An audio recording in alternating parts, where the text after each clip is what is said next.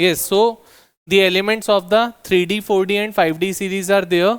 हाँ कुछ पूछ रहे हैं. 57 होता है इसका एटॉमिक नंबर, ये स्टार्ट होता है 72 होता ही है. ठीक है. So these are the elements for the 3D, 4D and 5D series. जो हम क्वेश्चंस करेंगे या जो भी हम टॉपिक्स रिलेटेड करेंगे, we would be concentrated for the 3D series. बहुत ज़्यादा हम 4D और 5D के बारे में बात नहीं करेंगे, but then also 4D and 5D series would be used over there, but maximum of the content would be done of the 3D series. तो 3D के 10 एलिमेंट्स हमें अच्छे से पता होने चाहिए, starting from scandium to last that is zinc. इसमें हमने फिर कॉन्फ़िगरेशन के बेसिस पे एक बात करी थी, दैट की zinc, cadmium and mercury are basically not considered as the transition elements, whereas d block elements we call them to be the transition elements, but zinc, cadmium और mercury को हम transition elements का नाम नहीं देते. Why is it so बेटा? क्योंकि transition elements were those elements which have incompletely filled d subshell in its ground state or in any of its common oxidation state. या तो ground state में या किसी भी कॉमन ऑक्सीडेशन स्टेट में D subshell जो होता है वो इनकम्प्लीटली फिल्ड होना चाहिए for a particular element to be called as the transition element. But अगर आप चेक करोगे जिंक, कैडमियम और मर्करी में, तो उनकी ग्राउंड स्टेट में एज वेल एज उनकी कॉमन ऑक्सीडेशन स्टेट में they have completely filled D subshell in their ground state as well as common oxidation state. That's why these three we can not consider them to be the transition elements.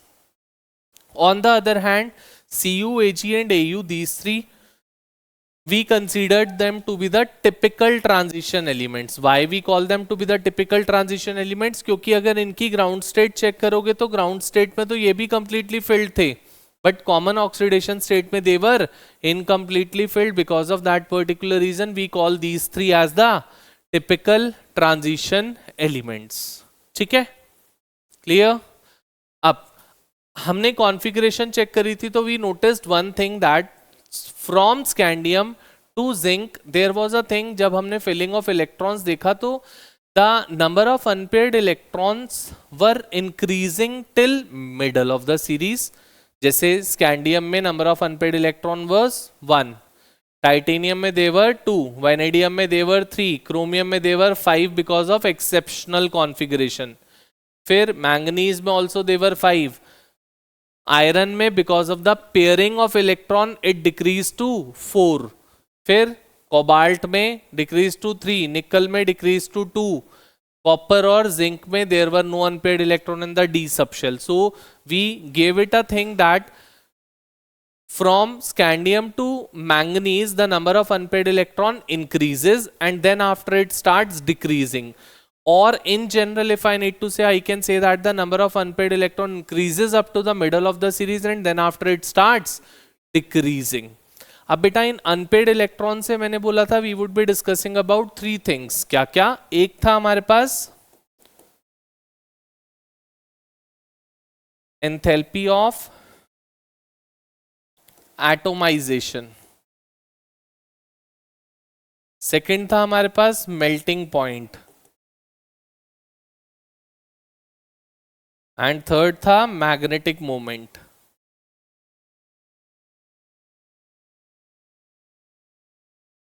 सबसे पहले तो ये होती क्या चीजें हैं उनके बारे में बात करते हैं, फिर डिस्कस करेंगे हाउ इट इंक्रीजेस और decreases. First thing enthalpy of atomization. क्या होती है बेटा enthalpy of atomization? Can anyone tell me? कोई भी मॉलिक्यूल को एटम में ब्रेक करने के लिए जो amount of energy we need to supply, that particular amount of energy I call it to be the enthalpy of atomization. जैसे अगर मैं बोलूं एक स्कैंडियम का पूरा ब्लॉक है मेरे पास, तो स्कैंडियम के ब्लॉक में there would be the bonding between the scandium atom, metal bond होती है ना, मेटल बॉन्ड. तो उस मेटल बॉन्ड को ब्रेक करने के लिए we need to supply some energy. इस वाली बॉन्ड को ब्रेक करने के लिए we have to supply some energy so that we can convert it to a atom. सो जो एनर्जी हमें सप्लाई करनी पड़ेगी किसी भी मेटल को ब्रेक करके एटम में कन्वर्ट करने के लिए, उस एनर्जी को I call it to be the enthalpy of atomisation. ठीक है. सेकेंडली, अगर अब मैं बात करता हूं किसकी? That is the melting point. Melting point भी बेटा इस पे डिपेंड करता है कि दो चीजें या बॉइलिंग पॉइंट, दो चीजों के बीच में फोर्सेस ऑफ अट्रैक्शन कैसी है। अगर फोर्सेस ऑफ अट्रैक्शन ज्यादा है मतलब मेल्टिंग और boiling point would be higher, forces of attraction weaker है तो melting and boiling point would be lower. And thirdly there is a thing that magnetic moment। magnetic moment क्या होता है, क्या बताता है? magnetic moment was basically the thing which tells us about the magnetic character of a particular compound, कि कोई भी compound कितना magnetic in nature है, magnetic in nature है या नहीं है, वो कौन बताता है? magnetic moment value which is being given by under root of n into n plus 2 Bohr magneton, which is the unit of magnetic moment. So this mu value tells us about the magnetic moment, that is magnetic moment high or is the magnetic moment low। जितनी mu की value high होगी मतलब magnetic moment उतना high है, जितनी mu की value लो होगी magnetic moment उतना लो है। Got it? अब magnetic moment, melting point, enthalpy of atomization, all these three things depends upon the number of unpaired electrons। मतलब कहने का बेटा अगर किसी भी एटम के पास अनपेयर्ड इलेक्ट्रॉन्स ज्यादा होंगे तो वो ज्यादा स्ट्रॉन्ग बॉन्ड बना पाएगा, और जितनी ज्यादा स्ट्रॉन्ग बॉन्ड बनाएगा उस बॉन्ड को ब्रेक करने के लिए उतनी ज्यादा अमाउंट ऑफ एनर्जी सप्लाई करनी पड़ेगी। मतलब चाहे मैं एंथैल्पी ऑफ एटोमाइजेशन बोलूं चाहे मेल्टिंग और बॉइलिंग पॉइंट बोलूं, दोनों किस पे डिपेंड करते हैं? मेटल मेटल बॉन्ड पे, that how strong is the metal metal bond between the two atoms. जितनी स्ट्रॉन्ग मेटल मेटल बॉन्ड होगी उतना enthalpy of atomization as well as the melting and boiling point would be higher. Can we say this?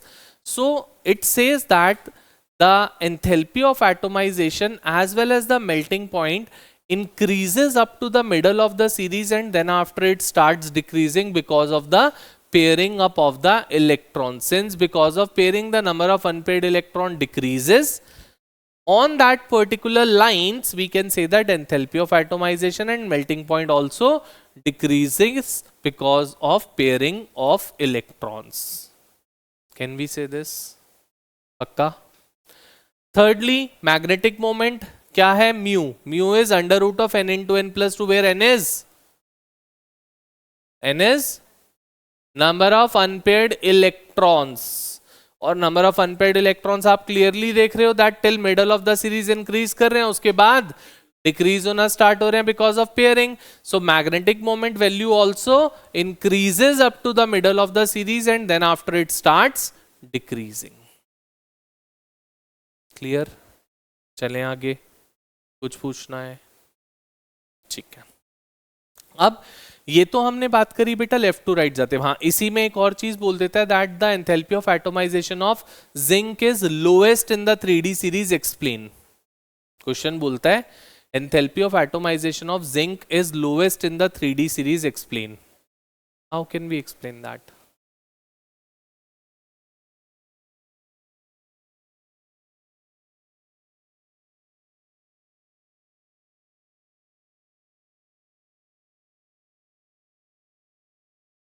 तो हमें categorically zinc के लिए बताना पड़ेगा।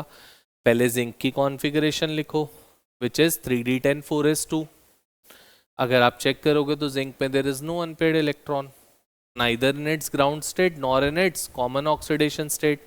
सो since number of unpaired electron 0 है तो जो मेटल मेटल बॉन्ड होएगी जिंक के बीच में that is very weak. So the amount of energy that we need to supply to zinc for breaking its bond would be very less। on that particular basis we can say that the enthalpy of atomization of zinc is least। ठीक है? पक्का? ठीक। आपसे कहता है ऐसे ही question में that Ag have completely filled d orbital in its ground state, then on what ground can we say zinc to be can we say silver to be a transition element? क्या बोला? Silver have completely field d orbital in its ground state, then also on what ground can we say that silver is a transition element? कभी भी transition element का कोई भी question आ जाए कि ये एलिमेंट ट्रांजिशन है, दूसरा नहीं है, दूसरा है, ये वाला नहीं है, गिव रीजन, एक्सप्लेन, पहली चीज लिख लो। ये चीज जरूर से आपको पॉइंट लिखना ही है बेटा। इसमें जितना क्रिएटिव तुम चीज करोगे उतने मार्क्स ज्यादा मिलेंगे, जितना एक्सप्लेन अच्छे से करोगे। अगर एक्सप्लेनेशन अच्छी है, तुम्हारे दिमाग में कुछ भी है, दिमाग में रहने से कुछ नहीं होगा जब तक पेपर पे नहीं आएगी वो। So any time transition element का क्वेश्चन आ जाता है, सबसे पहले ट्रांजिशन एलिमेंट की डेफिनेशन लिखोगे। क्या? For an element to be considered as a transition element, लिख लो इसको। For an element to be considered as a transition element,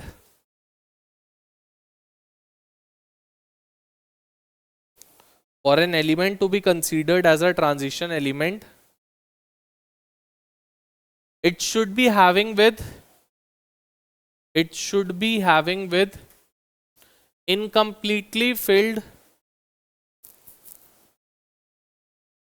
D subshell. For an element to be considered as a transition element, it should be having with incompletely filled D subshell in its ground state or in any of its common oxidation state. In its ground state or in any of its common oxidation state. अब जब ये statement आपने लिख दी, उसके बाद आप जिसके लिए क्वेश्चन पूछा गया है, चाहे जिंक के लिए पूछा हो, चाहे कॉपर के लिए पूछा हो, या किसी और के लिए पूछा हो, अब आप उसकी कॉन्फ़िगरेशन लिखो। फिर बताओ दैट सिंस सिल्वर में ग्राउंड स्टेट में कोई अनपेयर्ड इलेक्ट्रॉन नहीं है, but when we go for its common oxidation state that is Ag2+, उसमें there is one unpaired electron, because of that particular reason we call it to be the typical transition element. कर पाएंगे explain? बोलो बेटा, पक्का? चल दें आगे? हाँ मेरे बच्चा। डेफिनेशन लिखने के बाद बेटा we need to go for the configuration first. Configuration लिखने के बाद you would say that since in its ground state it has completely filled D subshell, पानी दे देना भैया, completely filled D subshell, but when we go for its common oxidation state, it has incompletely filled D subshell, because of which we consider it to be a transition element. Because of which we consider it to be a transition element. सबकी 2+ नहीं होती बेटा, हमारा topic है common oxidation state का भी एक particular पूरा टॉपिक है, हो सकता है आज ही मैं वो टॉपिक कराऊंगा, तो वहां पे हमारे को सबकी कॉमन ऑक्सीडेशन स्टेट याद रखनी पड़ेगी, किसकी +1 है, किसकी +2 है, किसकी +3 है, डिपेंडिंग अपॉन कि उस स्टेट में वो कितना स्टेबल बन रहा है। कोई भी ऑक्सीडेशन स्टेट कॉमन तब होती है अगर कोई एलिमेंट उस स्टेट में स्टेबल बन रहा हो, उसको हम कॉमन ऑक्सीडेशन स्टेट का नाम देते हैं। अपनी मर्जी से हम किसी को भी नहीं ले सकते कॉमन ऑक्सीडेशन स्टेट, ठीक है। चलें आगे। अब कोई डाउट्स किसी को इतनी बातों में? ठीक। अब सेम चीज एंथैल्पी ऑफ एटोमाइजेशन और melting and boiling point when we go down the group. बेटा हमने एक चीज पढ़ी थी that the energy gap between 3d and 4s is very small, जिसकी वजह से 3d और 4s दोनों के इलेक्ट्रॉन्स बॉन्ड फॉर्मेशन में पार्टिसिपेट कर पाते हैं, and the more the number of unpaired electron participating in the bond formation, the more would be the stronger would be the bond form. तो कभी भी हमारे पास अगर इस चीज पे बात आती है melting point, boiling point, enthalpy of atomisation, तो आपको ये बताना है दैट 3d और 4s में या n-1d और ns में एनर्जी गैप बहुत कम होता है, जिसकी वजह से दोनों के इलेक्ट्रॉन बॉन्ड फॉर्मेशन में पार्टिसिपेट कर पाते हैं, and the more the number of electron participating in bond formation the stronger the bond formed. जब हम डाउन द ग्रुप आते हैं, तो हम 3d की बात कर रहे थे, 3d से जब 4d पे आते हो, 4d से जब 5d पे आते हो, तो एनर्जी गैप बेटा और कम होता जाता है। मतलब 4d और 5s में या 5d और 6s में energy gap is still smaller compare to that of 3d and 4s। जितना एनर्जी गैप कम होता जाएगा नीचे आते हुए, उतने ज्यादा इलेक्ट्रॉन्स बॉन्ड फॉर्मेशन में पार्टिसिपेट कर पाएंगे। Because of that particular reason जब आप 4d और 5D सीरीज पे आते हो तो बेटा इसमें मेटल मेटल बॉन्डिंग जो होती है बहुत फ्रीक्वेंट होती है, बहुत स्ट्रांग होती है.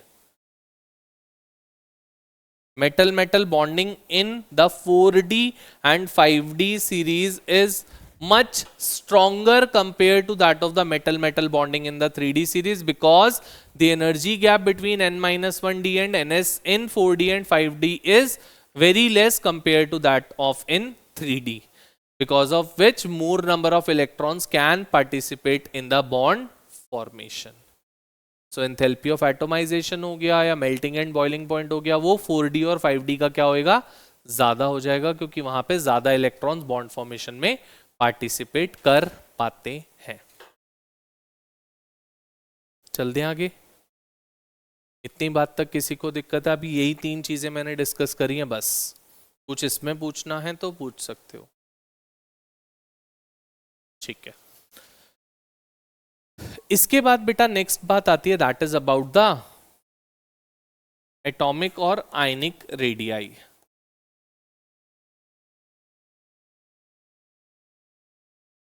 हाँ जी, कौन बताएगा मुझे एटॉमिक साइज होता क्या है?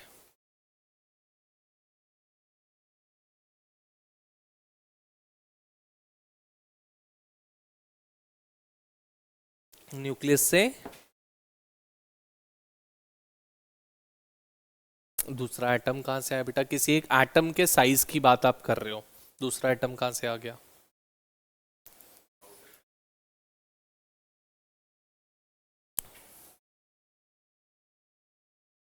उसी एटम के, किसी भी एक पर्टिकुलर एटम के nucleus to outer most shell distance. जैसे मान लो ये न्यूक्लियस है किसी का, first shell, second shell, third shell, fourth shell, या कितने भी शेल्स हैं.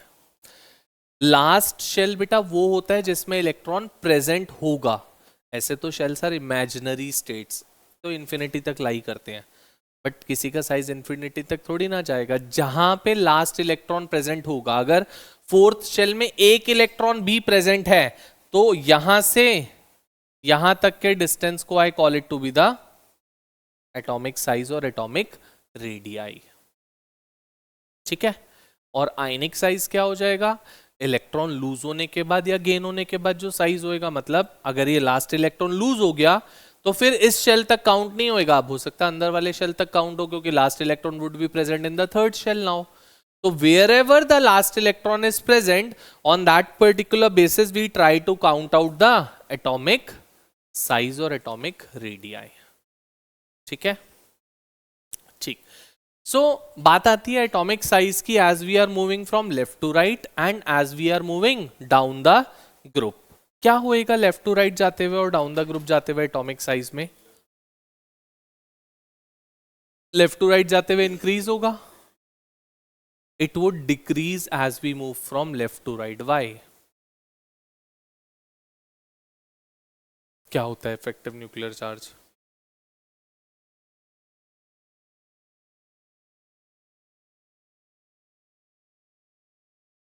C. लेफ्ट टू राइट जाते हुए एटॉमिक साइज डिक्रीजेस, ये तो क्लियर बात है. अब सर क्यों डिक्रीज करता है जबकि एटॉमिक साइज तो कांस्टेंट रहना चाहिए लेफ्ट टू राइट जाते हुए? ऐसा मैं क्यों कह रहा हूं? क्योंकि लेफ्ट टू राइट जाते हुए शेल्स तो चेंज ही नहीं होते. एटॉमिक साइज किसका है? शेल का. मतलब यहां पे 4 शेल है तो atomic size is from nucleus to 4th shell. अगर 5 शेल्स हो जाएंगे तो from nucleus to 5th shell. But left to right जाते हुए you are moving in the same period. जब आप सेम पीरियड में जाते हो तो शेल नंबर रिमेन्स सेम, तो atomic size should have remained same. But then also we say that the atomic size decreases as we move from left to right. Why? Because left to right जाते हुए बेटा shell number same रह रहा है, but nuclear charge तो बढ़ रहा है, क्योंकि हर एक कॉन्जिक्यूटिव स्टेप पे एटॉमिक नंबर बढ़ता जा रहा है. एटॉमिक नंबर बढ़ेगा तो न्यूक्लियर चार्ज बढ़ेगा. जैसे स्कैंडियम था, स्कैंडियम का न्यूक्लियर चार्ज था बेटा 21+. जितना उसका एटॉमिक नंबर होता है वही उसका न्यूक्लियर चार्ज होता है. और लास्ट में यहां पे है जिंक. जिंक का एटॉमिक नंबर है 30, तो न्यूक्लियर चार्ज कितना है? 30+. इसके पास जो इलेक्ट्रॉन्स है वो कितने हैं? 21 इलेक्ट्रॉन्स. इसके पास इलेक्ट्रॉन्स है 30 electrons.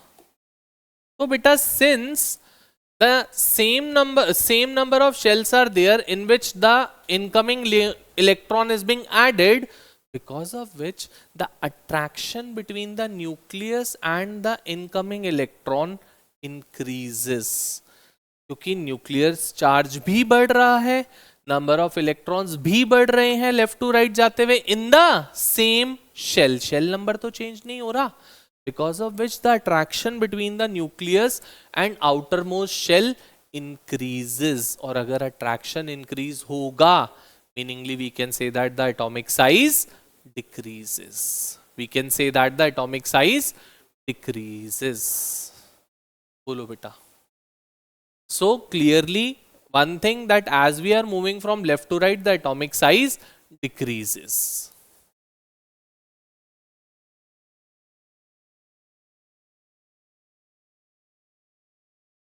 From left to right,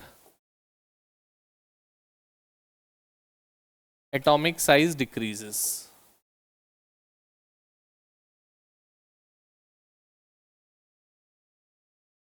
ठीक है. अब कोई मुझे ये बताएगा that what about the atomic size of the ions.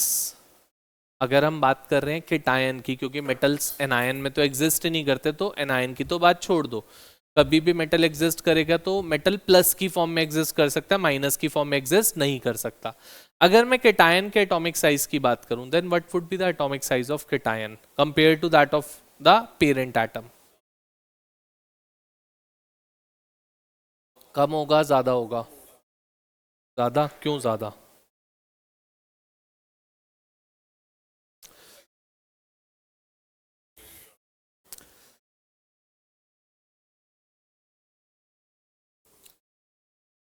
यहाँ पे एक टर्म आती है जिसको हम नाम देते हैं इफेक्टिव न्यूक्लियर चार्ज. इधर आती है वो टर्म. होता क्या है बेटा effective nuclear charge? Effective nuclear charge होता है जो न्यूक्लियस आउटर मोस्ट शेल के इलेक्ट्रॉन्स को, जो भी इलेक्ट्रॉन्स प्रेजेंट है उन पे कितना इफेक्ट दिखा पा रहा है अपना, उसको आप बोलते हो इफेक्टिव न्यूक्लियर चार्ज. अगर अभी आपके पास स्कैंडियम है, स्कैंडियम में the electrons are 21, the protons are, ठीक है अक्षत. अगर मैंने फॉर एग्जाम्पल क्या बना दिया, scandium 3+, the number of electrons now are, protons are. So since in the case of cations the electrons decreases keeping the nuclear charge constant, so we can say that there is a increase in the effective nuclear charge. Effective nuclear charge बेटा बढ़ जाता है, क्योंकि effective nuclear charge है क्या? That is nucleus जो remaining electrons को कितना स्ट्रांगली अपने टूवर्ड्स अट्रैक्ट कर पा रहा है, that attracting power I call it to be the effective nuclear charge. बेटा यहां पे 21+ का न्यूक्लियर चार्ज 21 इलेक्ट्रॉन्स को अट्रैक्ट कर रहा था, इधर 21+ का न्यूक्लियर चार्ज 18 इलेक्ट्रॉन्स को अट्रैक्ट कर रहा है. तो कहना है इससे on each electron the extent of attraction increased over here compare to that of over here. So because of increase in effective nuclear charge, the size of cation is always smaller than that of its parent atom. We can mention it over there. Because of increase in the effective nuclear charge in a cation, because of increase in effective nuclear charge in the case of cation,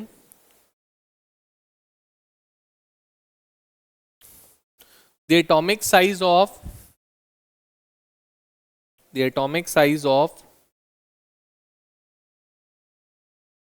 because of increase in the effective nuclear charge in the cation, the atomic size of cation is always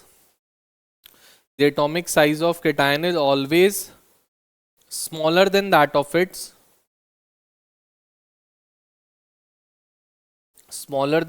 its parent atom.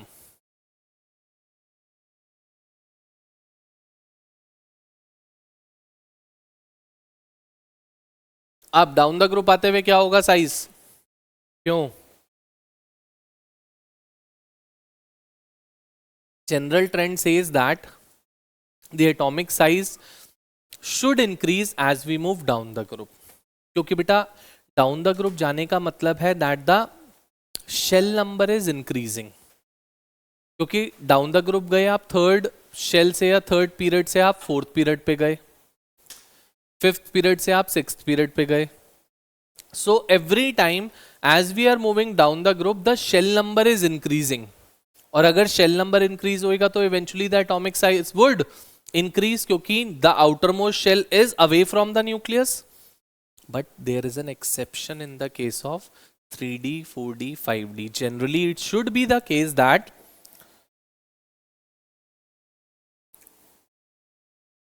ऐसा होना चाहिए था बेटा कुछ, but it is the case like this.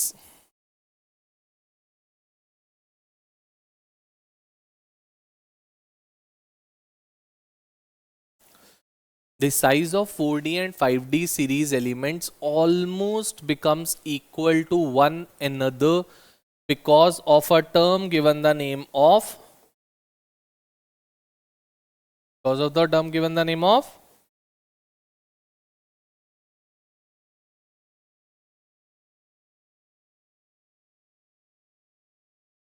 lengthenoid contraction. अब ये क्या होती है lengthenoid contraction, डिस्कस करेंगे जब मैं एफ ब्लॉक एलिमेंट्स में आऊंगा. पूरा डिटेल में समझाऊंगा आपको कि ये क्या होती है और इसकी वजह से क्यों 4D और 5D का साइज सेम हो जाता है. अभी जब आपको लेंथेनॉइड्स ही नहीं पता तो how can I explain you the lanthanoid contraction. But इसका रिजल्ट क्या होता है, दैट 4D और 5D का size becomes almost same to one another. तो ये जो एक्सेप्शन है that is because of lanthanoid contraction. आगे चल सकता हूं. एटॉमिक साइज में किसी को दिक्कत? पक्की बात, ठीक है. एक क्वेश्चन बोलता है आपसे that why zinc cadmium and mercury are soft and volatile metals. Explain why zinc cadmium and mercury are softer and volatile metals. आपने देखा भी होगा शायद, मर्करी तो होता ही लिक्विड है, कैडमियम भी आपका सॉफ्टर होता है, and zinc is not that strong compare to that of the all other elements like iron हो गया, लाइक कॉपर हो गया, उन सब के comparative. Why is it so? This is the question. Why zinc cadmium and mercury are softer and volatile metals?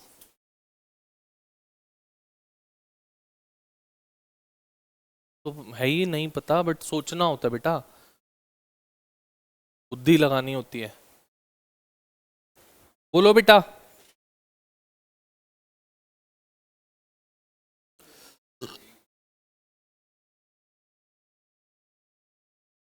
बेटा zinc cadmium और mercury में अगर आप चेक करोगे तो उनका 3D सबशेल फुल्ली फिल्ड होता है, 4D फुल्ली फिल्ड होता है, 5D फुल्ली फिल्ड होता है.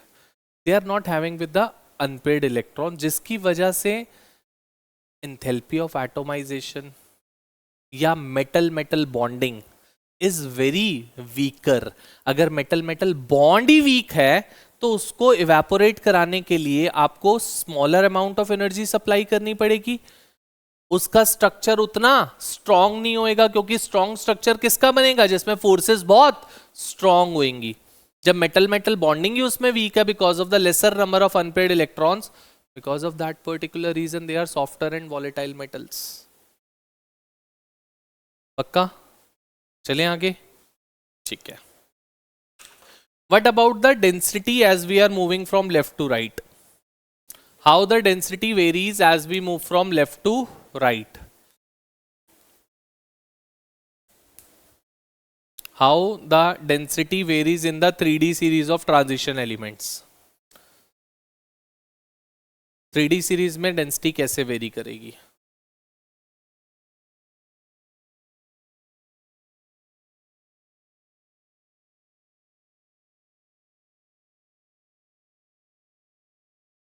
इलेक्ट्रॉन डेंसिटी नहीं पूछ रहा बेटा, नॉर्मल डेंसिटी पूछ रहा हूँ.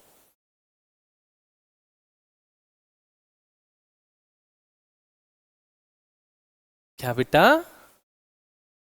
एटॉमिक साइज भी डिक्रीज होता है इसलिए? अच्छा, एटॉमिक साइज और डेंसिटी आर डायरेक्टली प्रोपोर्शनल ना? अच्छा, मास भी कम हो जाता है लेफ्ट टू राइट जाते हुए? हाँ जी, डेंसिटी इस पे क्या फर्क पड़ेगा लेफ्ट टू राइट जाते हुए? क्यों होगा सर? क्योंकि उसने डिक्रीज बोला, आपने उसको इतनी सारी बातें सुना दी, तो हो सकता है अब इंक्रीज ही हो रहा होगा फिर। हाँ बेटा, क्यों होगा इंक्रीज? शाबाश। हैं? क्या नहीं आएंगे? इलेक्ट्रॉन आ ही नहीं सकते? कहां से आएंगे? ज्यादा हो जाते हैं इसलिए?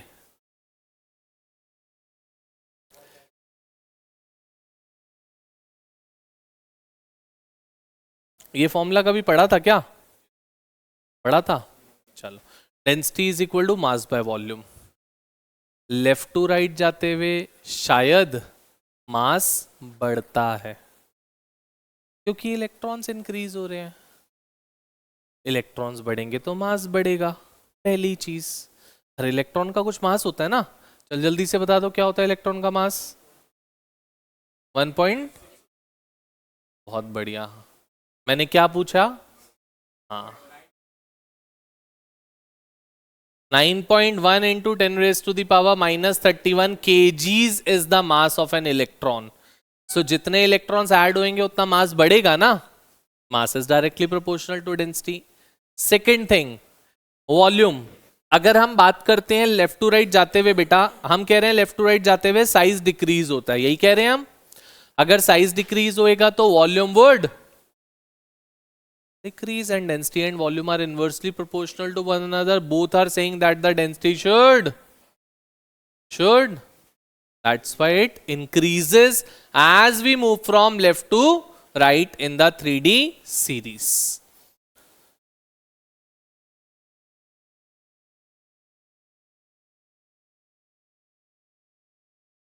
क्या बेटा? सब में लेफ्ट टू राइट जाते हुए तीनों में यही केस होएगा, 3D 4D 5D तीनों में।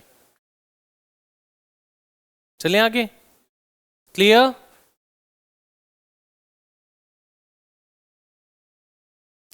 चलो बेटा, तो एटॉमिक साइज वाली बात सारी अब यहां पे खत्म होती है। अब मैं नेक्स्ट टॉपिक पे स्विच ओवर कर रहा हूं, विच इज आयोनाइजेशन एंथैल्पी। हटा दो इसको। हाँ, now comes the case of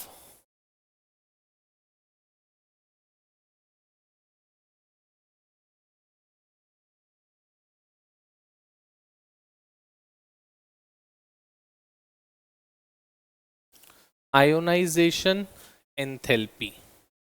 Now, who would explain me the term ionization enthalpy?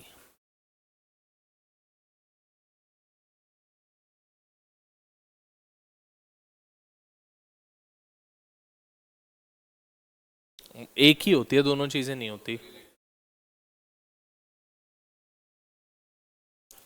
ठीक है, इसने एक रफ आइडिया जो दिया बिल्कुल ठीक है इसका, बट अगर मैं इसको डिटेल चीज में बोलूंगा तो सुनेंगे हम। ही सेड मी दैट की जो minimum amount of energy required होती है, शायद इसने मिनिमम बोला भी नहीं, मैं बता रहा हूँ, मिनिमम अमाउंट ऑफ एनर्जी जो रिक्वायर्ड होती है किस चीज के लिए? इलेक्ट्रॉन को रिमूव कराने के लिए किसी एटम में से। ही सेड दैट की उसको आयोनाइजेशन एंथैल्पी बोलते हैं। परफेक्टली राइट, कुछ गलत नहीं है इसमें, but small small terms there should be. क्या? अब मान लो कोई एक एटम है, पहली चीज बेटा इलेक्ट्रॉन कभी भी सॉलिड स्टेट में से रिमूव नहीं हो सकता। Electron can only and only be remove from the gaseous state. तो कभी भी अगर आप आयोनाइजेशन एंथैल्पी की बात कर रहे हो तो we need to talk about the gaseous atom.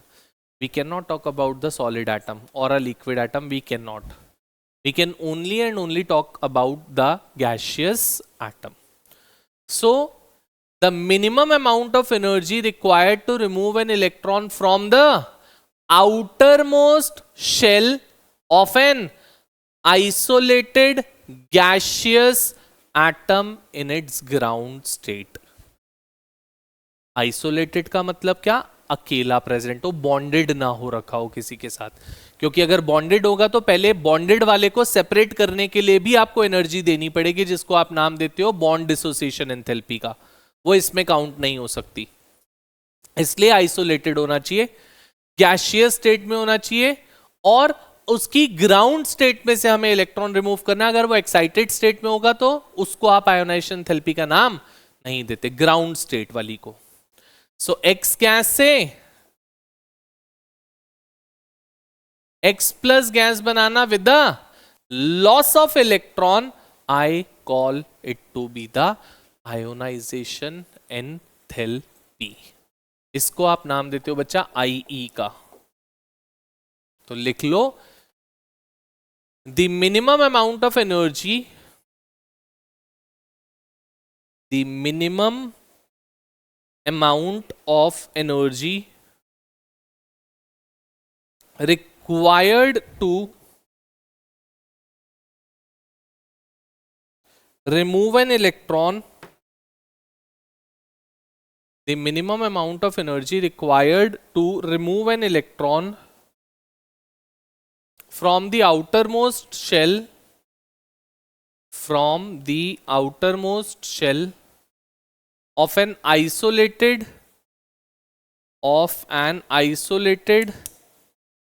gaseous atom, of an isolated gaseous atom in its ground state is known as ionization enthalpy. From an isolated gaseous atom in its ground state is known as ionization enthalpy. ठीक है, इधर अब बेटा ionisation enthalpy particularly left to right जाते हुए और down the group आते हुए अगर मैं बात करूं, वैसे ये डिपेंड किस किस चीज पे करती है। 5 टर्म्स होती हैं। सबसे पहली चीज न्यूक्लियर चार्ज। अगर न्यूक्लियर चार्ज बढ़ता है तो ionisation enthalpy should also size. अगर साइज बढ़ता है तो ionisation enthalpy should. Third, screening effect. If screening effect increases, then ionization enthalpy should. Fourth, penetration effect. Penetration effect increase होता है तो ionization enthalpy should increase. And last होता है stable electronic configuration.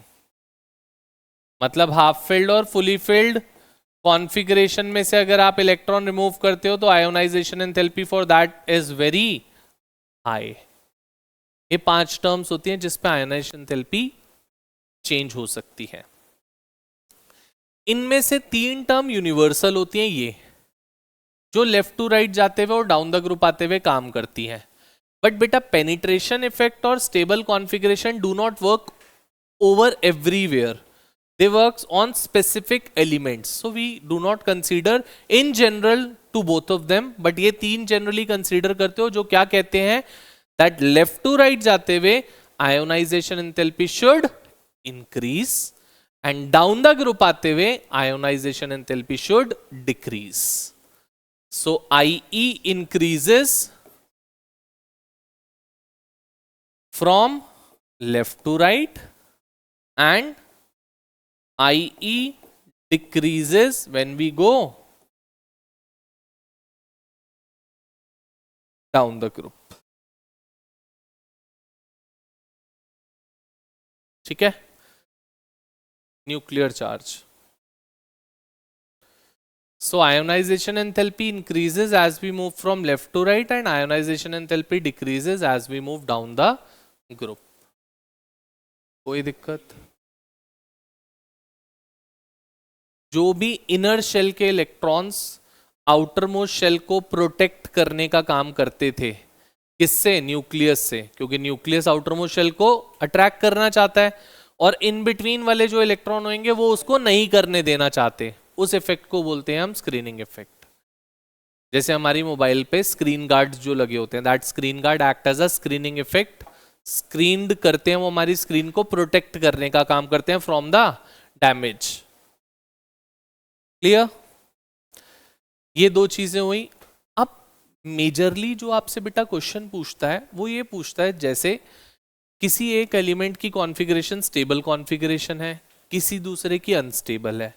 तो मान लो अगर आप D5 से इलेक्ट्रॉन रिमूव कर रहे हो to make it to be D4 या 10 से इलेक्ट्रॉन रिमूव कर रहे हो to make it to be D9, मतलब स्टेबल से अनस्टेबल में लेके जा रहे हो।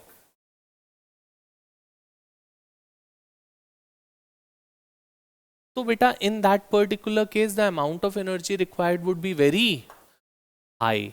सो in these cases the IE would be very very high. In cases में आयोनाइजेशन एंथैल्पी बहुत हाई लगती है, जहां पर भी there is a case that unstable से हम स्टेबल से अनस्टेबल में चेंज कर रहे होते हैं किसी भी एटम को या आयन को।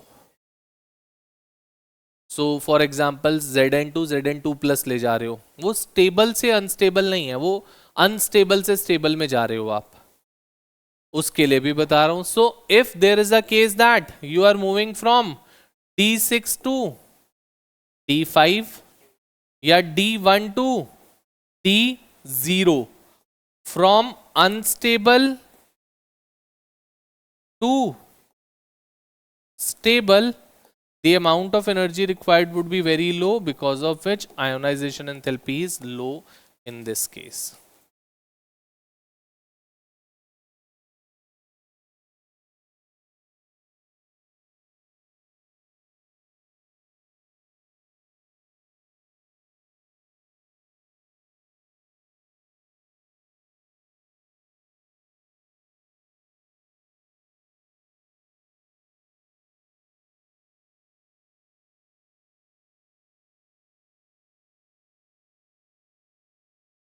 तो क्या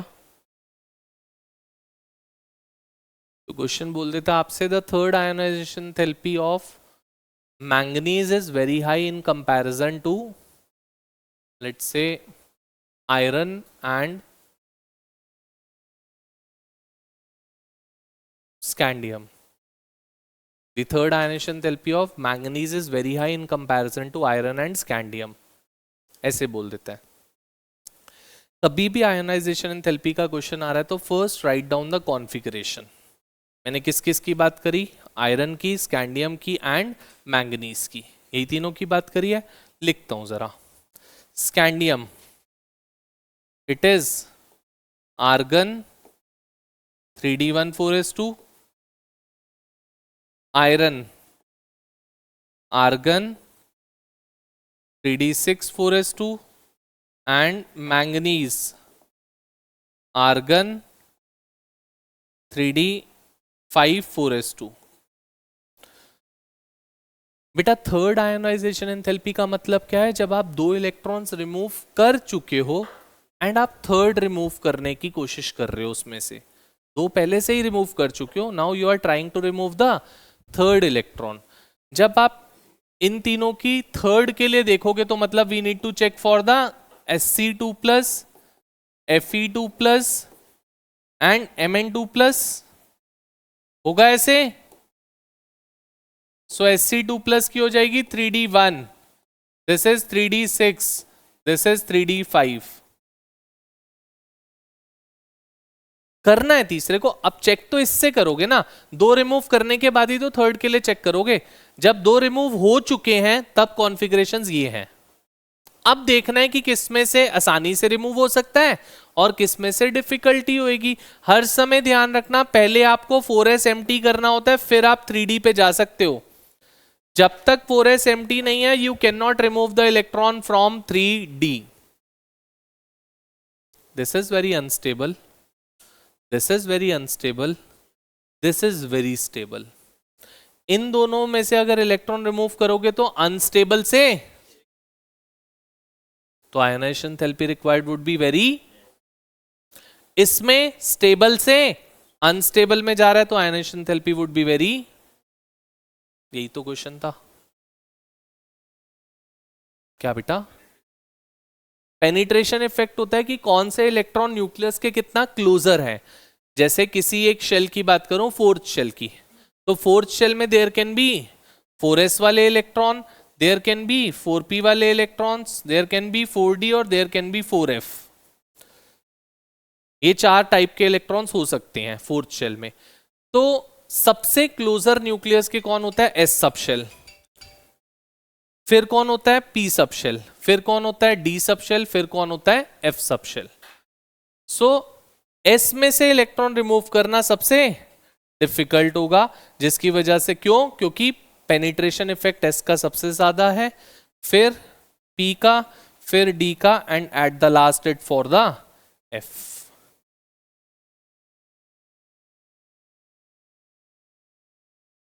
पेनिट्रेशन का मतलब ये बेटा कौन कितना न्यूक्लियस से दूर है, जितना न्यूक्लियस के ज्यादा है पास है, मतलब जितना न्यूक्लियस के पेनिट्रेशन इफेक्ट उसका उतना ज्यादा, और न्यूक्लियस से दूर जाता गया तो पेनिट्रेशन इफेक्ट कम होता गया। तो पेनिट्रेशन हर समय सेम शेल में काम करता है, ये ध्यान रखना। अब इस चीज को हम ये नहीं कह सकते कि 4s और 3d के लिए हम बात करें, उसके लिए हम काउंट नहीं कर सकते। 4s और 4d के लिए कर सकते हो, 3s और 3d के लिए कर सकते हो, but not the different shells. Penetration effect के बारे में कभी भी बात करनी है तो shell number should remain the same, first criteria, then only you can talk about the penetration effect. बोलो बेटा।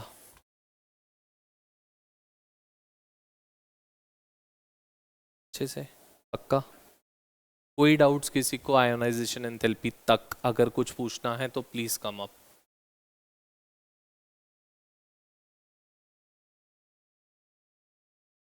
नहीं? चले आगे फिर। चलो इतनी बात रिटेन करो, 2 मिनट का ब्रेक दे रहा हूं क्योंकि थ्योरी है पूरा। It would yes, so we all are clear with the ionization enthalpy till this point. Now the next thing which comes up in this is the variable oxidation states or variable valencies. So coming over to that now. Variable oxidation states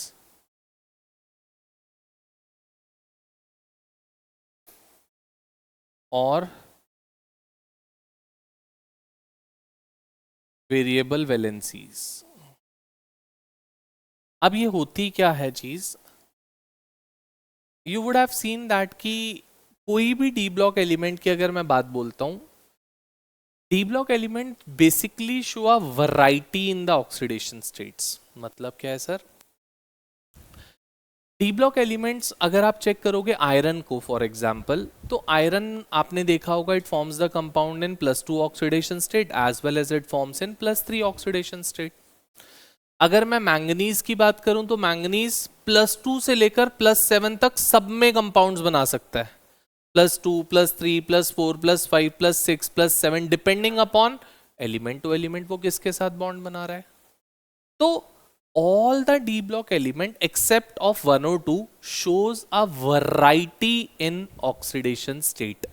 That variety in oxidation state we term it to be the variable oxidation states or variable valencies. उसी को आप क्या नाम देते हो, variable oxidation state या variable valencies का नाम देते हो इस चीज को।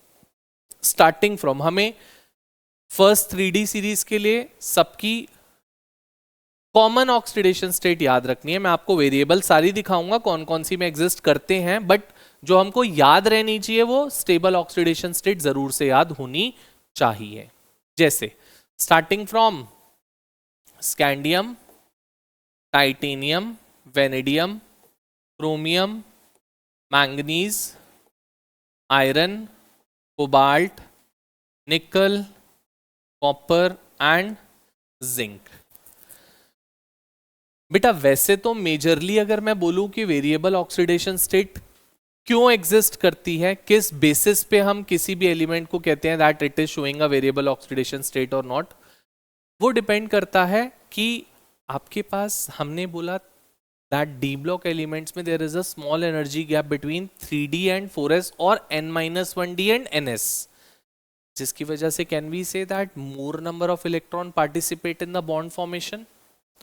बिकॉज ऑफ दैट क्या होता है, जितने ज्यादा इलेक्ट्रॉन्स बॉन्ड फॉर्मेशन में पार्टिसिपेट करेंगे उतनी ज्यादा वेरिएबल ऑक्सीडेशन स्टेट्स आपको मिल सकती है।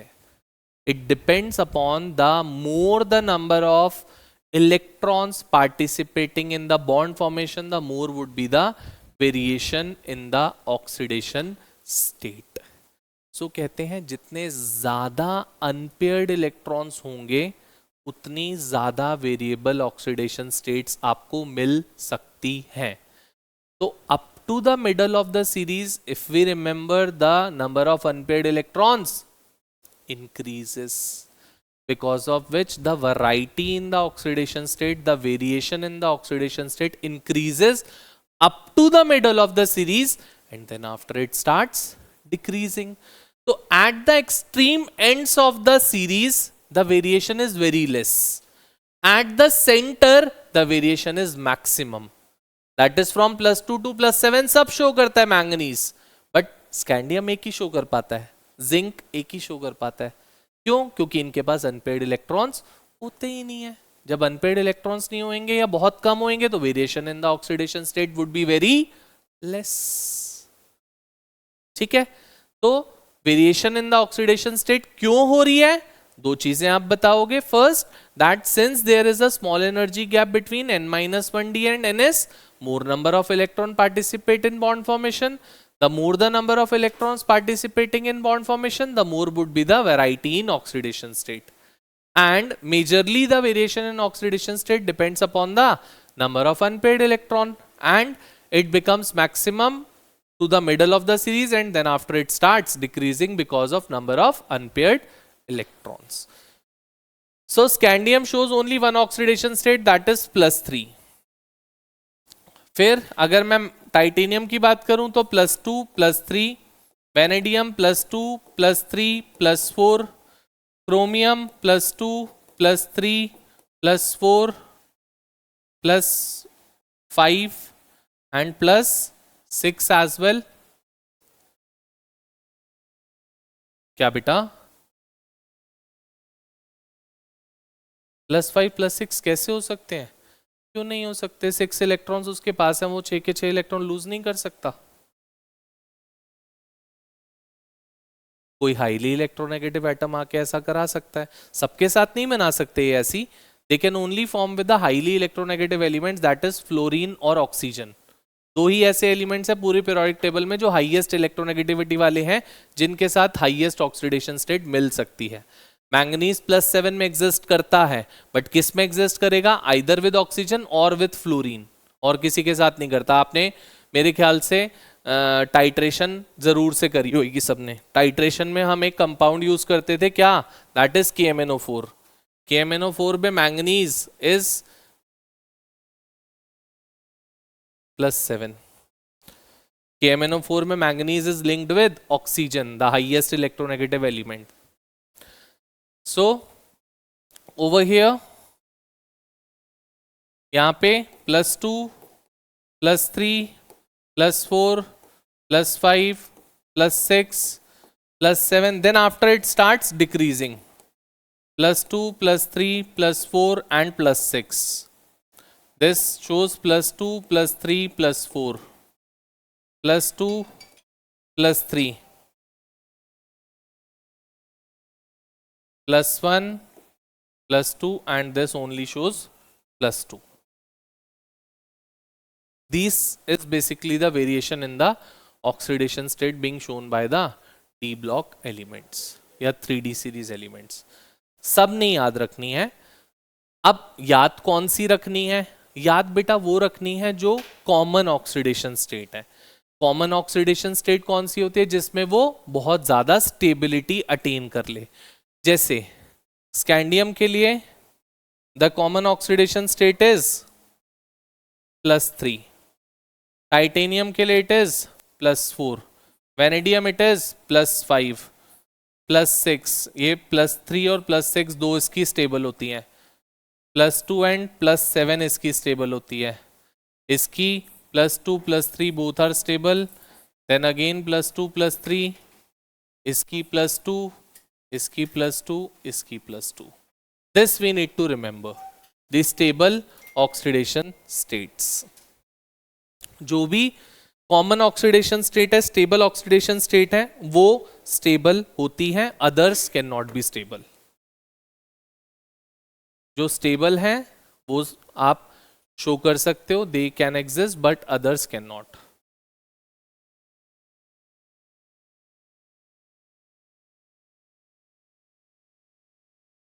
बहुत इंपॉर्टेंट है ये।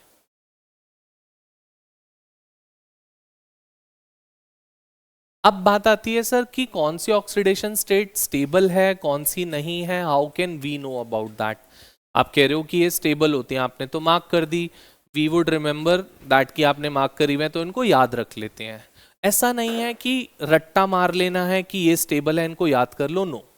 देयर इज अ केस, मैं क्यों कह रहा हूं स्कैंडियम की +3 स्टेबल है बेटा, किसी भी ऑक्सीडेशन स्टेट की स्टेबिलिटी, कोई सा भी एलिमेंट हो, बी इट एनी, किसी भी ऑक्सीडेशन स्टेट की stability depends upon the configuration of it, उसकी कॉन्फ़िगरेशन पे डिपेंड करती है उसकी स्टेबिलिटी।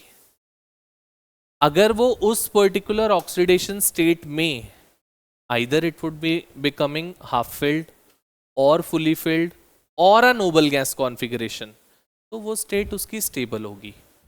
आप स्कैंडियम 3+ चेक करो, it is argon configuration. Scandium में से 3 इलेक्ट्रॉन रिमूव कर दो, आर्गन बन जाएगा, ये भी आर्गन बन जाएगा, ये भी आर्गन बन जाएगा, दिस अगेन आर्गन। यहां पे +2 भी क्यों स्टेबल है, क्योंकि +2 में इट बिकम्स हाफ फिल्ड। तो majority of the oxidation states are stable because of the stability, because of either half filled और फुली फिल्ड और अ नोबल गैस कॉन्फ़िगरेशन, उसकी वजह से स्टेबिलिटी है इन मेजॉरिटी ऑफ देम। सब में नहीं कहूंगा, जैसे +3 की ऐसा कुछ नहीं है, +3 का जैसे यहां पे +2 की बात करूंगा तो +2 का ऐसा कुछ नहीं है, +3 स्टेबल है because of half filled, but +2 के साथ ऐसा कोई केस नहीं है। So maximum of them are stable because of extra stability of half filled, fully filled or a noble gas configuration, but some of them are there which is not the case that कि वो उस वजह से stable है। then what is the thing, बेटा कुछ आपके पास इसलिए stable होती हैं, कोई भी oxidation state stable होने का reason ये होता है that उस particular oxidation state में लाने में हम लोगों को heat release होके मिल रही हो instead of supplying। the more the amount of energy being released, the stable that oxidation state would be, and the more the energy I would be supplying for that oxidation state to be attained, the lesser the stability of that oxidation state।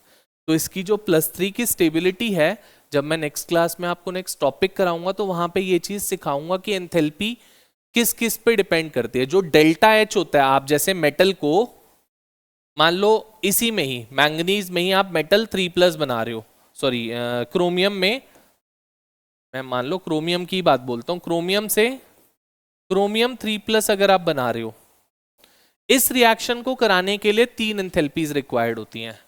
इस reaction की enthalpies delta H is, it's the sublimation enthalpy, it's the ionisation enthalpy and it's the hydration enthalpy. कहते हैं अगर इन तीनों का सम जितना ज्यादा negative आएगा उतना वो ऑक्सीडेशन स्टेट ज्यादा स्टेबल होगी। तो half filled, fully filled, noble gas तो आपको आंख बंद करके बोल देना कि वो तो स्टेबल है ही है। क्यों? क्योंकि उसमें डेल्टा एच की वैल्यू बहुत हाईली नेगेटिव आ रही होगी, वो हमें चेक भी नहीं करना, वो आएगी ही आएगी। बट अगर कोई और एक्सेप्शनली स्टेबल है, जैसे 3+ है ये, जैसे यहां पे 2+ है ये आयरन की, तो they are exceptionally stable in that they are neither becoming half filled nor becoming fully filled nor it is a noble gas configuration, but then also they are stable because of this delta H value। Enthalpy की मतलब आपको reaction कराने के लिए heat supply करनी पड़ रही है या हीट रिलीज होके आपको मिल रही है, उसको बोलते हो आप एंथैल्पी। Got it? पक्का? कोई डाउट? चलें आगे? ठीक है, हाँ जी। हाइड्रेशन ये मैं डिटेल में कराऊंगा नेक्स्ट क्लास में, अभी तो बस एक जिस्ट देना था कि इसके बारे में। Right down.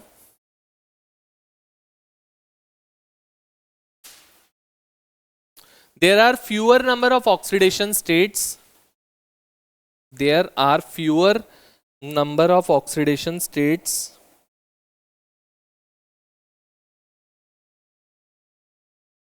being shown by the elements at the, there are fewer number of oxidation states being shown by the elements at the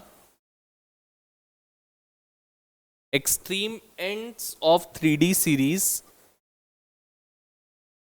at the extreme ends of 3D series.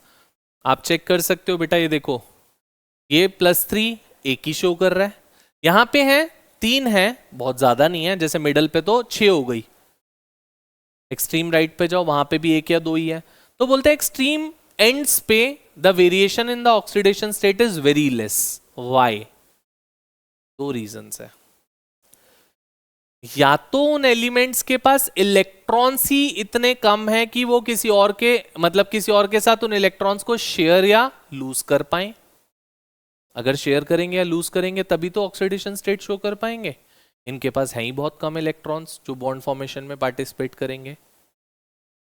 और they are having with very higher number of electrons because of which they cannot accommodate the electrons of other elements in their orbitals।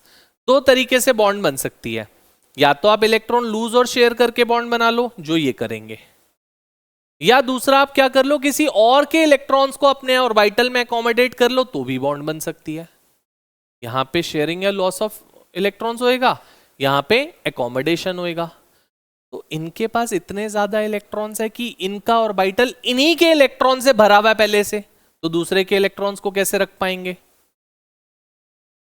इनके पास इतने कम electrons हैं कि ये अगर share करेंगे भी या लूज करेंगे भी तो थोड़े से ही शेयर या लूज कर सकते हैं, ज्यादा है ही नहीं इनके पास। That's why the variation in the oxidation state at the extreme ends are very less. Am I clear? लिख लो इसको। This is because of the reason, this is because of the reason either they are having very less electrons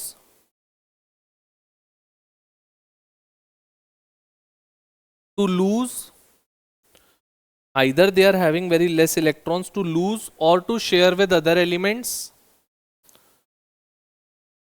either they are having very less electrons to lose or to share with other elements, or they are having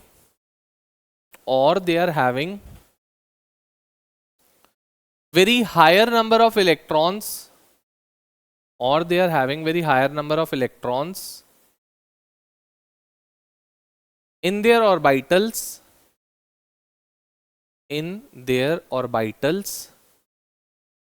that they cannot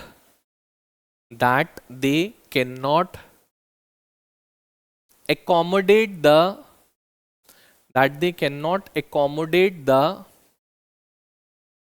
electrons of other elements, that they cannot accommodate the electrons of other elements in their orbitals,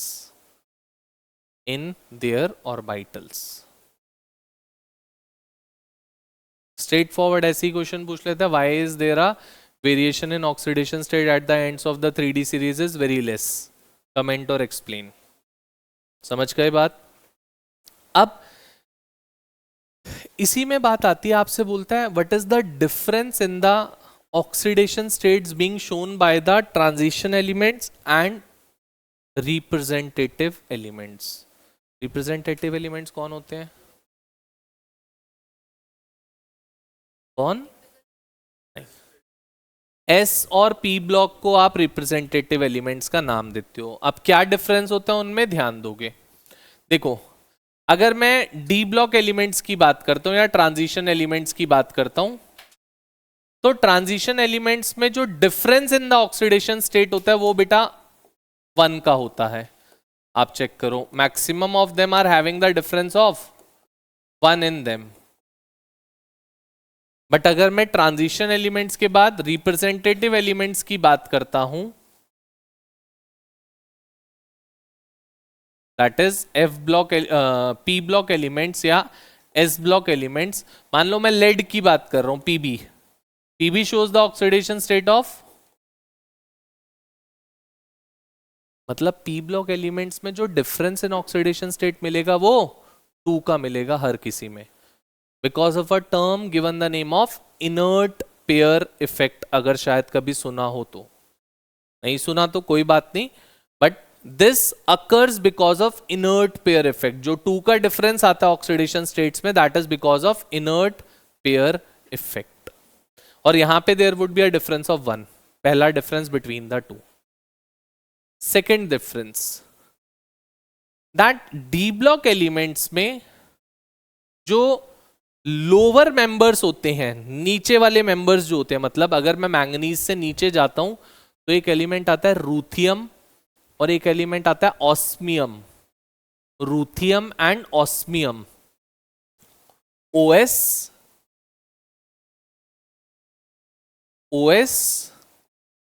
and Ru, ruthenium and osmium. These are the 2 elements which lies in the 4D and 5D series. So in the D block elements, the lower members are more stable in higher oxidation state. मतलब रूथियम और osmium shows the oxidation state of +8 also, OSO4 and RuO4 में they shows the oxidation state of +8।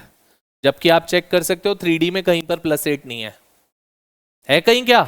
Manganese है +7 तक at max, but 4D और 5D में it also exists +8 and +8 is stable for them. So over here in the D block element, higher member या heavier members are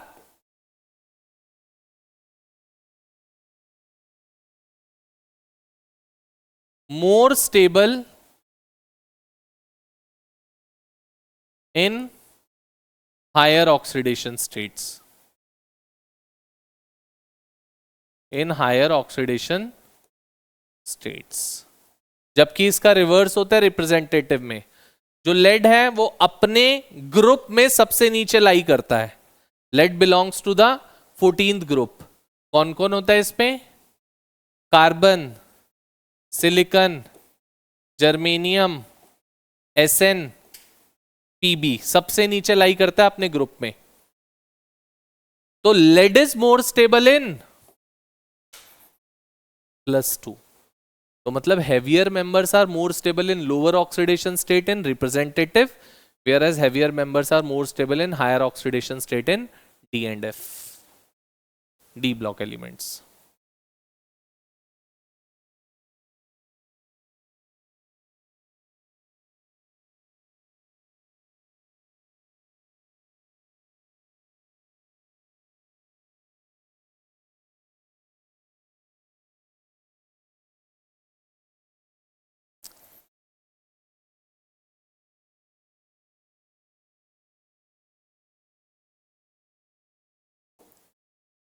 clear? पक्का? आगे move करता हूं इससे। मैंने एग्जाम्पल पहले ही लिख दिया जिसका मैं क्वेश्चन आपसे बोलने जा रहा हूं। आपसे पूछ लेता है that what is the highest oxidation state being shown by d block elements, या which element shows the highest oxidation state.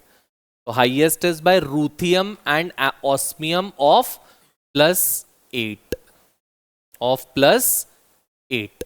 इससे ज्यादा कोई और शो नहीं करता। एट मैक्स शो होती है that is +8। This is the highest. अब इसमें भी क्वेश्चन पूछ लेते हैं that why only the highest oxidation states being shown either in its oxide forms और इन इट्स फ्लोराइड फॉर्म्स। या तो वो ऑक्सीजन के साथ हाईएस्ट शो कर सकता है या फ्लोरीन के साथ। Why? Because oxygen and fluorine are the most electronegative elements which can force the element to go in the higher oxidation state. और कोई एलिमेंट को फोर्स कर ही नहीं सकता मेटल एटम को, बट कौन कर सकता है? आइदर ऑक्सीजन और fluorine, because they are the highest electronegative elements.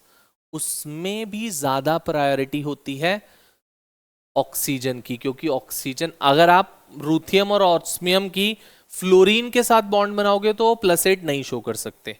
+8 show करने के लिए उनको क्या करना पड़ेगा? कुछ ऐसा,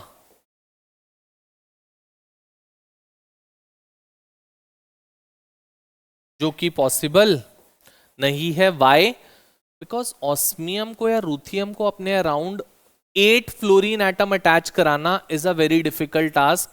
उनके अराउंड उतना स्पेस नहीं है कि वो 8 फ्लोरीन एटम को अपने अराउंड अटैच करा पाए to show +8 oxidation state.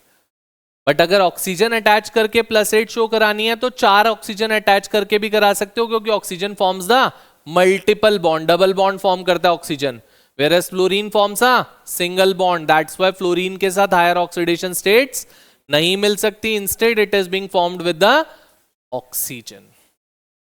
Oxygen have the tendency to show the higher oxidation state in comparison to fluorine because of its tendency to form multiple bond, that is double bond.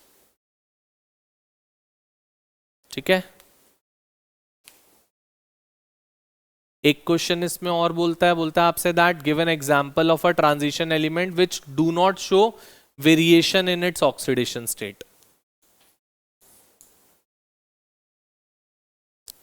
Give an example of a transition element which do not show variation in its oxidation state.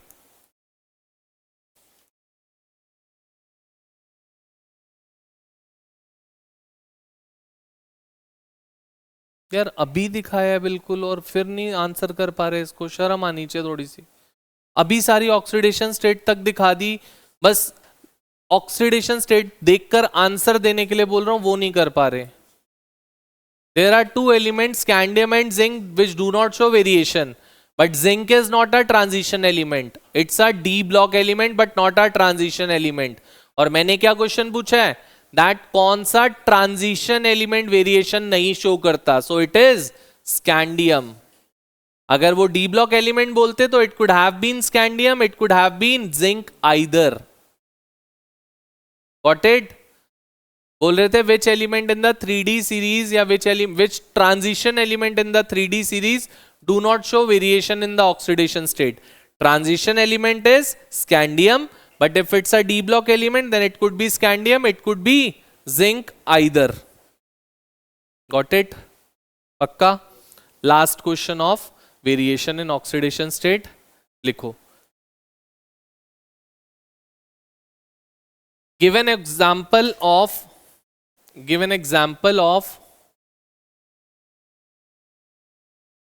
oxometal anion. Give an example of oxometal anion in which the oxidation state of metal is same as its oxidation as its group number. In which oxidation state of metal is same as its group number. पहले question समझने की कोशिश करो वो कहना क्या चाह रहे हैं, and then try to give me the answer. थोड़ा सा मैं क्लियर कर देता हूं. ऑक्सोमेटल एनायन मतलब मेटल और ऑक्सीजन का कंपाउंड कोई हैविंग अ नेगेटिव चार्ज, जैसे फॉर एग्जांपल CrO3- ऐसा कुछ. ऑक्सीजन मेटल का कंपाउंड है having a negative charge, this is an oxometal anion. Oxometal anion clear. अब बोल रहे हैं कंडीशन क्या है, दैट मेटल का ऑक्सीडेशन नंबर एंड मेटल का group number should be same in that. Oxidation number और ग्रुप नंबर दोनों सेम होने चाहिए मेटल का उस कंपाउंड में. So I can give an example of, ये ऑक्सोमेटल एनायन है पहली बात. यहां पे Mn की ऑक्सीडेशन स्टेट +7 है बेटा, और मैंगनीज लाई भी करता है 7th ग्रुप में. For example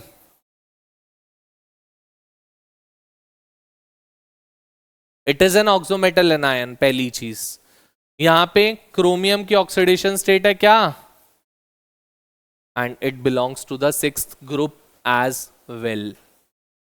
it belongs to the 6th group as well. इसको आप बोलते हो परमैंगनेट आयन, इसको आप बोलते हो डाइक्रोमेट आयन.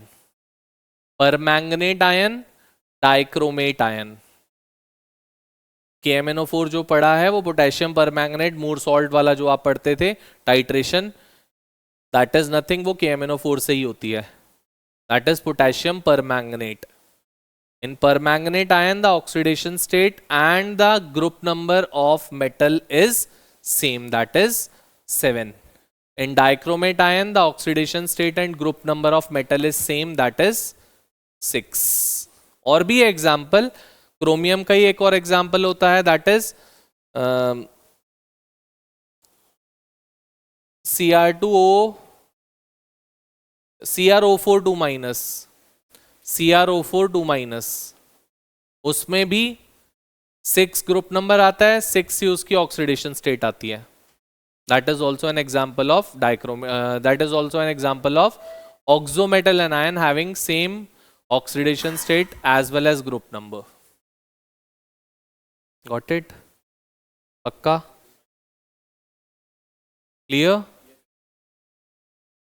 चलो, so till variable oxidation state मैंने सब डिस्कशन आपसे कर लिया. अब so variable oxidation state तक का टॉपिक खत्म हो गया है.